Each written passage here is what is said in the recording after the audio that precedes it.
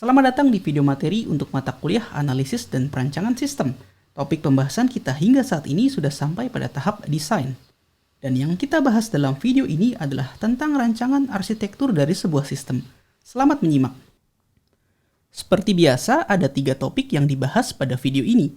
Pertama adalah tentang komponen penting sistem informasi, tentu dalam konteks untuk merancang arsitektur. Lalu kedua, kita bahas berbagai jenis arsitektur sistem secara umum. Dan ketiga adalah tentang bagaimana membuat rancangan arsitektur sebuah sistem. Mari kita bahas satu persatu. Kita mulai pembahasan yang pertama, yaitu komponen penting dalam sebuah sistem. Sebelum memahami elemen penting dari perancangan arsitektur sistem, kita perlu terlebih dahulu memahami tujuan mengapa kita membuat rancangan arsitektur. Pada dasarnya, tujuan dari merancang arsitektur adalah untuk menentukan bagaimana komponen software dan juga komponen hardware saling berasosiasi satu sama lain. Semua software dan hardware yang diperlukan agar sistem dapat berjalan dan bisa digunakan harus kita sebutkan spesifikasinya. Membuat rancangan arsitektur sebuah sistem dapat dikatakan sebagai proses untuk menentukan spesifikasi software dan juga spesifikasi hardware yang tepat agar sistem kita dapat berjalan sebagaimana mestinya. Elemen-elemen dari arsitektur secara umum dapat dikelompokkan apakah termasuk ke dalam software ataukah hardware. Setiap software dari sebuah sistem dibagi ke dalam 4 fungsi dasar. Pertama adalah data storage, yaitu tempat di mana data-data disimpan. Kedua adalah data access logic. Yang kedua ini berkaitan dengan bagaimana query untuk mengakses data yang kita perlukan. Lalu ketiga adalah application logic, atau dikenal juga dengan business logic. Fungsi ini berkaitan dengan bagaimana dan kapan data tersebut kita gunakan. Dan terakhir adalah presentation logic. Ini berkaitan dengan bagaimana informasi ditampilkan kepada pengguna. Sementara itu, setiap hardware atau perangkat keras sebuah sistem dibagi ke dalam 3 komponen. Komponen yang pertama adalah komputer klien. Komputer klien ini merupakan perangkat yang digunakan oleh pengguna sistem untuk memasukkan input dan juga melihat output dari sistem. Biasanya komputer klien dapat berupa PC, laptop, ataupun perangkat bergerak. Komponen hardware yang kedua adalah server. Server merupakan komputer yang digunakan untuk menyimpan dan juga menjalankan software atau aplikasi dan juga data yang digunakan di dalam sistem tersebut. Sedangkan komponen yang ketiga adalah network atau jaringan. Komponen ini menjelaskan bagaimana server dan komputer klien dapat saling terhubung satu sama lain. Beberapa bentuk jaringan yang umum digunakan misalnya adalah jaringan internet atau LAN. Sekarang mari kita masuk ke pembahasan tentang bentuk-bentuk arsitektur. Bentuk arsitektur pertama sekaligus yang paling umum adalah client-server arsitektur. Dapat dikatakan ini merupakan bentuk arsitektur yang paling banyak digunakan oleh organisasi saat ini. Bentuk arsitektur ini melibatkan sebuah server yang menghandle data storage dan juga data akses logiknya. Apabila pengguna ingin menggunakan sistem, mereka memerlukan perangkat atau komputer klien. Komputer klien ini bertanggung jawab terhadap bagaimana informasi ditampilkan serta application logic dari sistem tersebut. Bentuk arsitektur client server memiliki beberapa variasi atau tingkatan. Biasanya tingkatan ini tergantung dari berapa banyak server yang digunakan untuk menjalankan sebuah sistem. Perhatikan contoh yang terlihat pada layar. Kita lihat rancangan arsitekturnya menggunakan 2 buah server. Server pertama adalah application server yang bertanggung jawab terhadap bisnis logiknya. Sedangkan server yang kedua adalah database server yang menangani segala hal tentang database. Banyaknya server yang terlibat dalam sebuah sistem ini menentukan tingkatan dari arsitektur client server tersebut. Arsitektur client server yang melibatkan lebih dari satu server disebut dengan entire client server arsitektur. Huruf N di sini menunjukkan berapa banyak atau berapa lapis server yang digunakan. Gambar yang kita lihat ini merupakan contoh dari 3-tiered client server arsitektur atau arsitektur client server 3 lapis. Karena ada 3 server yang terlibat, yaitu web server, application server, dan juga database server. Seperti yang sudah disinggung sebelumnya, Saat ini, arsitektur client server adalah jenis arsitektur yang paling banyak digunakan oleh organisasi. Dalam rancangan arsitektur ini, peran klien bisa saja bertanggung jawab pada presentation logic dan juga application logic secara keseluruhan. Kondisi ini dikenal dengan istilah TIC atau fat client. Selain itu, ada juga klien yang hanya fokus pada presentation logic dan sebagian kecil dari application logicnya saja. Kondisi seperti ini dikenal dengan istilah thin client. Contoh sistem yang menerapkan jenis arsitektur ini adalah website atau sistem berbasis web. Arsitektur client server tentu memiliki keuntungan dan juga memiliki kelemahan. Keuntungan yang pertama adalah sifatnya yang scalable. Ini berarti kapasitas sistem dapat ditingkatkan dengan mudah. Keuntungan yang kedua adalah dapat mendukung berbagai tipe klien yang berbeda. Misalnya, pengguna bisa mengakses sistem dengan menggunakan berbagai perangkat yang berbeda, mulai dari laptop, tablet, ataupun smartphone.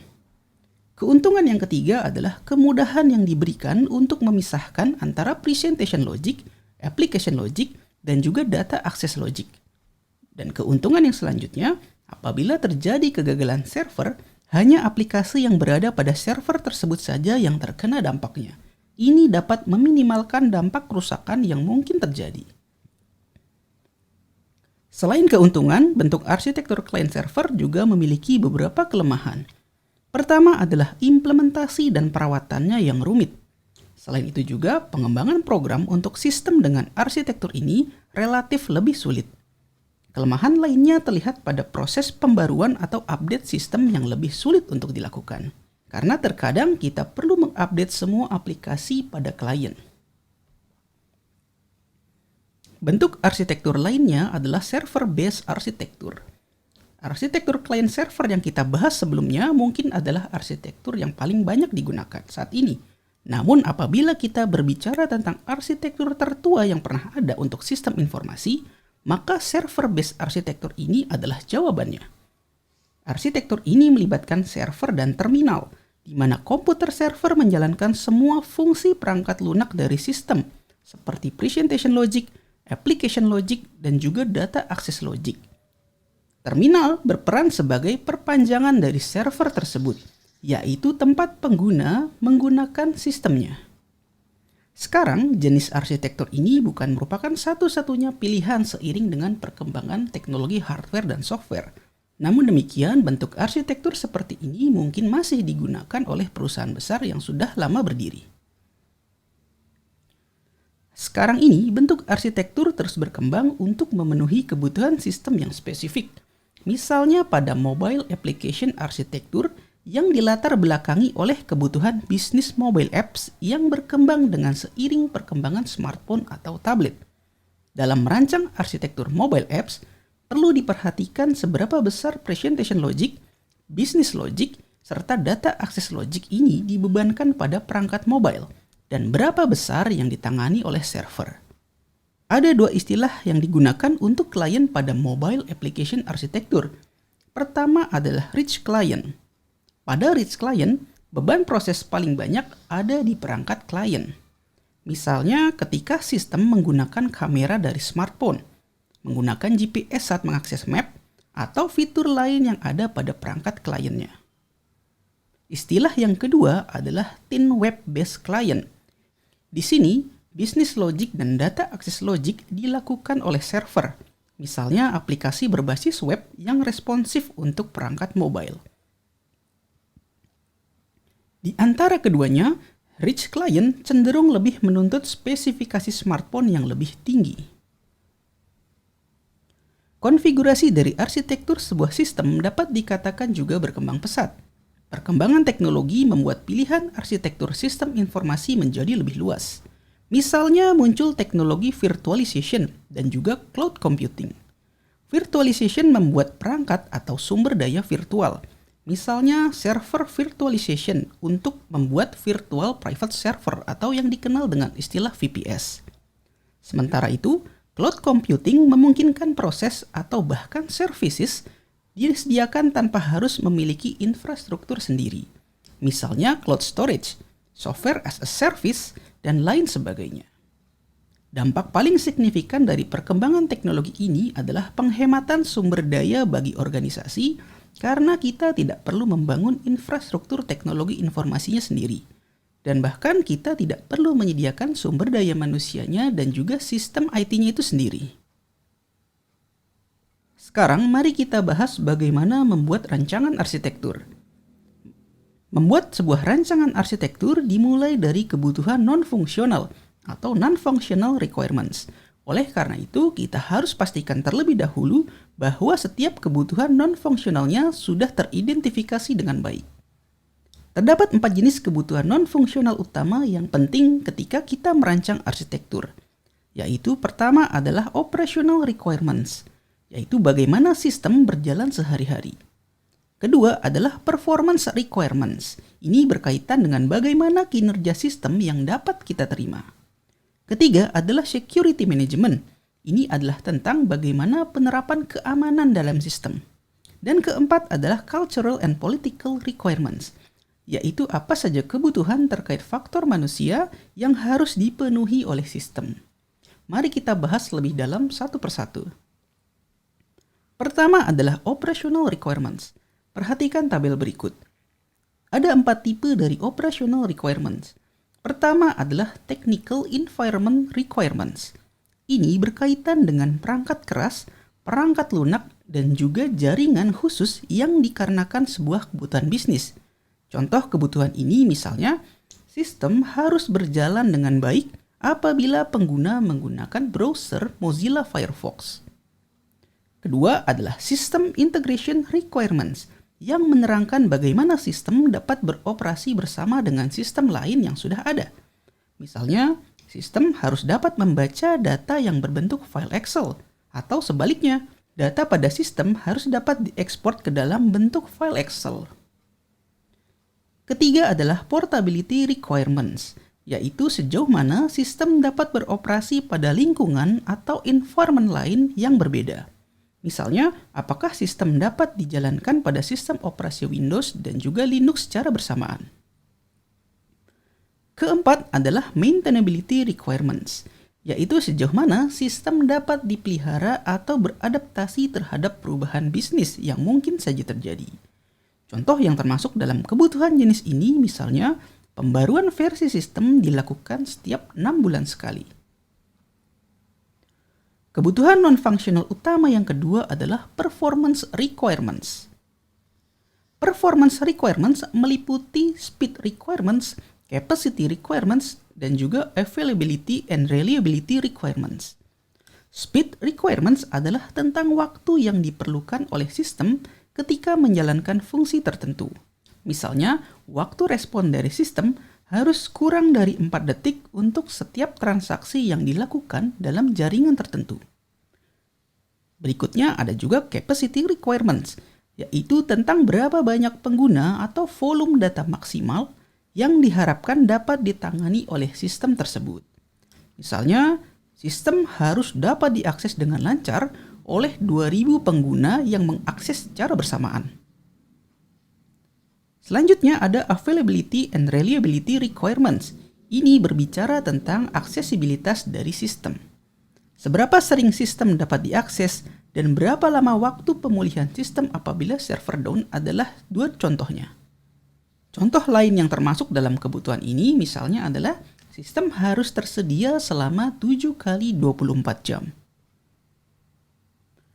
Kita lanjutkan kebutuhan non-fungsional yang ketiga adalah security requirements. Security requirements ini mencakup system value estimate, access control requirements, encryption requirements, dan juga virus control requirement. Pada dasarnya, kebutuhan non-fungsional dalam kategori ini berkaitan dengan masalah keamanan dari sistem, seperti siapa saja yang dapat mengakses sistem, bagaimana proses enkripsi dan otentifikasi pengguna yang mengakses sistem tersebut, hingga bagaimana sistem menangani atau mencegah penyebaran virus komputer. Selanjutnya yang keempat adalah cultural and political requirements. Jenis requirements yang tercakup di dalamnya pertama adalah multilingual requirements, yaitu bahasa apa saja yang perlu digunakan oleh sistem. Kedua adalah customization requirements yang berkaitan dengan bagian mana dari sistem tersebut yang dapat diganti-ganti oleh pengguna. Ketiga adalah making unstated norm explicit, yaitu menerangkan secara eksplisit asumsi atau kebiasaan unik dari sebuah kelompok pengguna. Misalnya dalam penulisan tanggal, pengguna dari Indonesia lebih akrab dengan format tanggal, bulan, dan tahun.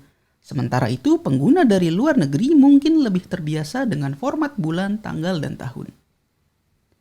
Keempat adalah legal requirements, di mana sistem perlu sejalan dengan peraturan atau regulasi yang berlaku.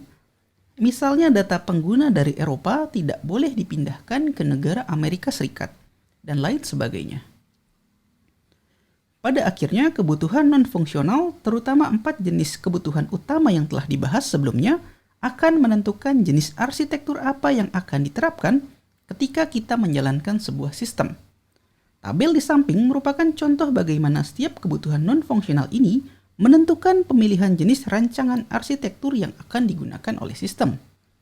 Misalnya, untuk memenuhi kebutuhan portability requirements, jenis arsitektur yang diperlukan adalah thin client server. Atau untuk memenuhi kebutuhan virus control requirements, rancangan arsitektur yang sesuai adalah server-based arsitektur. Begitupun seterusnya. Pada prakteknya, kita seringkali menyediakan lebih dari satu pilihan rancangan arsitektur dan memetakannya ke dalam kebutuhan yang harus dipenuhi oleh masing-masing rancangan tersebut. Rancangan arsitektur yang dipilih umumnya adalah yang paling banyak memenuhi requirements yang ada. Sekarang kita masuk ke pembahasan yang terakhir, yaitu spesifikasi software dan hardware. Hal lain yang perlu dilakukan ketika membuat rancangan arsitektur sistem adalah menentukan spesifikasi software dan hardware dari sistem tersebut. Ada beberapa kelompok spesifikasi yang perlu ditentukan. Pertama adalah fungsi dan fitur. Fungsi dan fitur spesifik apa yang diperlukan, misalnya ukuran monitor, fitur pada software, dan lain sebagainya. Kedua adalah kinerja, misalnya seberapa cepat hardware dan software dapat bekerja. Contohnya, prosesor, email yang akan dikirim tiap jam, dan lain sebagainya. Ketiga adalah legacy system atau legacy database. Seberapa baik hardware dan software dapat berinteraksi dengan sistem atau database lama yang sudah ada sebelumnya. Lalu keempat adalah hardware dan operating system strategy. Bagaimana rencana migrasi sistem ke depannya? Misalnya, apakah tergantung dari vendor, dan lain sebagainya. Kelima adalah cost of ownership. Berapa biaya untuk mendapatkannya? Misalnya biaya lisensi software, biaya berlangganan, dan juga biaya perawatan. Keenam adalah political preferences. Ini terkait dengan sifat manusia yang memiliki kebiasaan yang sulit dihilangkan dan cenderung menolak perubahan. Perubahan ini harus diminimalkan ketika sistem baru diterapkan. Ketujuh adalah kinerja vendor. Itu bagaimana kita menilai reputasi vendor apabila kita menggunakan jasa mereka. Seperti apa pengalaman klien mereka sebelumnya, ini perlu kita perhatikan. Tabel yang terlihat pada layar adalah contoh spesifikasi software dan hardware untuk sebuah sistem yang menggunakan arsitektur Entire Client Server. Seperti yang terlihat pada gambar, spesifikasi operating system, software khusus, hardware, dan juga network ditentukan untuk setiap komponen arsitektur, mulai dari client, web server, application server, dan juga database server. Sebagai contoh, kebutuhan pada komputer klien adalah menggunakan operating system Windows 7 Pro dengan 500 GB ruang penyimpanan dan dapat terhubung dengan internet melalui broadband. Sedangkan spesifikasi untuk application servernya adalah menggunakan operating system Linux dan sanggup menjalankan bahasa pemrograman Java, memiliki kapasitas penyimpanan sekitar 500 GB, dan prosesor Xeon dengan 6 core sebagai prosesornya. Spesifikasi software dan hardware merupakan luaran yang wajib dihasilkan ketika kita membuat rancangan arsitektur dari sebuah sistem. Contoh spesifikasi software dan hardware barusan adalah penutup video materi kita kali ini. Berikut adalah referensi utama yang digunakan dalam penyusunan materinya. Terima kasih karena Anda telah menyimak materi ini hingga tuntas.